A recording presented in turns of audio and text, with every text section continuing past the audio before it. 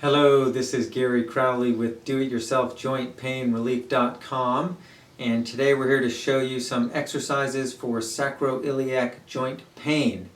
Your sacroiliac joint are these two bumps on your lower back where your tailbone, your sacrum, comes together to meet your hip bones. And basically what happens is if this is your tailbone and this is your hip bone, they usually want to fit in there nice and snug, and if the muscles in your hips or sometimes muscles maybe you wouldn't even consider get too tight and they torque these bones out of position, there'll be a gap or there'll be a lack of nice snug fit in there and you will experience pain. So these exercises we're going to show you today are meant to create some movement, maybe get a little space in there so that that joint can basically just drop back in the way it naturally wants to be, and then you won't have to experience pain. These are viewed as quick fixes, so when you have the time, please go to the main sacroiliac joint pain relief page where I run you through a whole bunch of different things to do to release all the big strong muscles that could be negatively affecting this joint by torquing on your tailbone or yanking on your hip bone and causing the problem in the first place. So the first thing we're going to do here is we're going to do a walking sacral shift, a walking tailbone shift, and then we're going to do a twisted tailbone shift, so that again we're going to try to get some movement in this joint, drop back in, and you can be on your way. So the walking sacral shift is basically what we're going to do here is, here's your tailbone. You're going to take your middle finger, you're going to find the tip of your tailbone, your coccyx, and then you're going to move over to the side, whatever hand you're using, move to that side. And you're going to take, in me anyway, these two fingers. Some people maybe those two fingers, but these are generally a little better just because they're longer. So there's the tip of your tailbone. You're going to move over to the side and you're going to hook. If you go in and hook up, you will feel this ligament. It's called your sacrotuberous ligament. It goes from your tailbone over basically to your hip, to the bottom of your hip bone, and you're going to pull up and you're going to press in so that now you have this upward and inward pressure on your tailbone. And then you're going to walk for 20 paces straight ahead. You're going to walk for 20 paces, make this pelvis function, and then turn around and walk back. And then you're going to assess your SI joint pain by standing on one leg on each side just for a second or two. And then you're going to do the same thing on the other side. You're going to find your coccyx, the tip of your tailbone, move over to the side, lift up, press in, walk for 20 paces, come back, walk for 20 paces, assess, assess. Now if it's completely gone, you can go about your business and go to the main SI joint pain when you get a chance. If it's actually worse, then basically what you want to do is the opposite. You want to find that tailbone, so just make sure you're on one kind of the side of your hand, and you kind of want to grab that as best you can and push down with the palm of your hand so that you're doing downward pressure.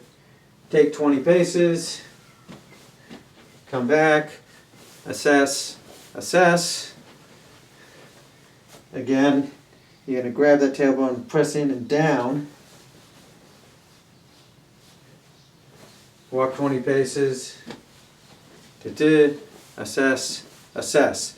Now if neither one of those seem to get rid of your pain, then we're on to our next one. Now most of the time the upward and inward is gonna have a positive effect, even if it doesn't get rid of the whole thing, because most of the time people end up like this from sitting and driving too much and everything. So it's this one, when you walk, you force all these muscles to function, and that joint that you're now applying a little pressure to has maybe a chance to drop back in.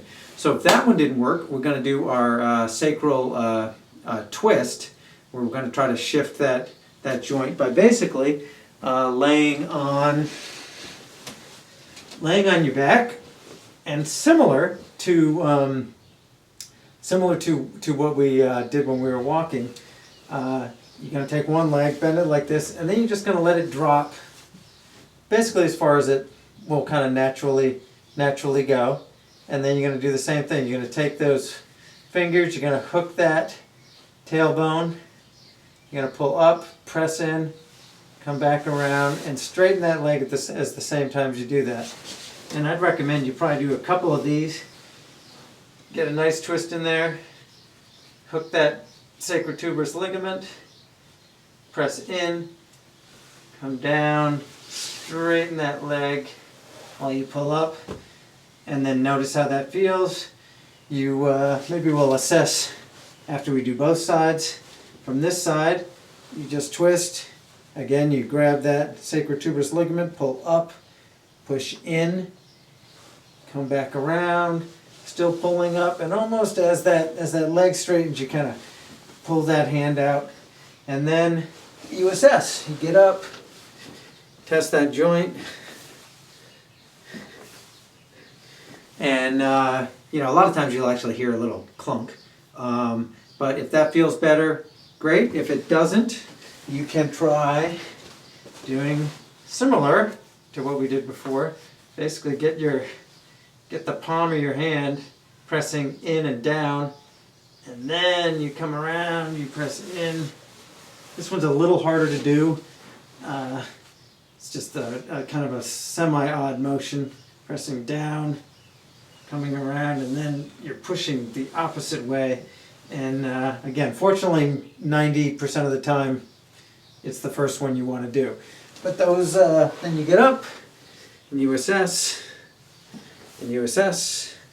And if those are better, if that gets you out of pain, then you have that tool in your back pocket for when you need it. And you know, I have more videos following this one, but those are pretty good ones. You can just, sometimes very quickly, you get out of a car, you know, and your SI joint's bugging you a little bit because you've been driving too long, or if you've been sitting in front of the computer too much, when you know, no one's looking, you just grab the bottom of your tailbone, pull up on it most of the time, walk a little bit.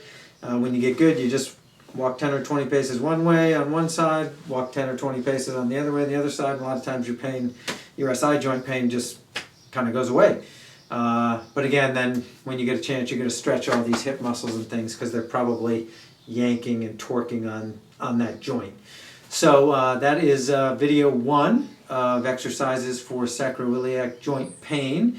And in video 2, I'm going to show you a couple different things to do, and I will meet you at video 2. Thank you for your time. I appreciate it.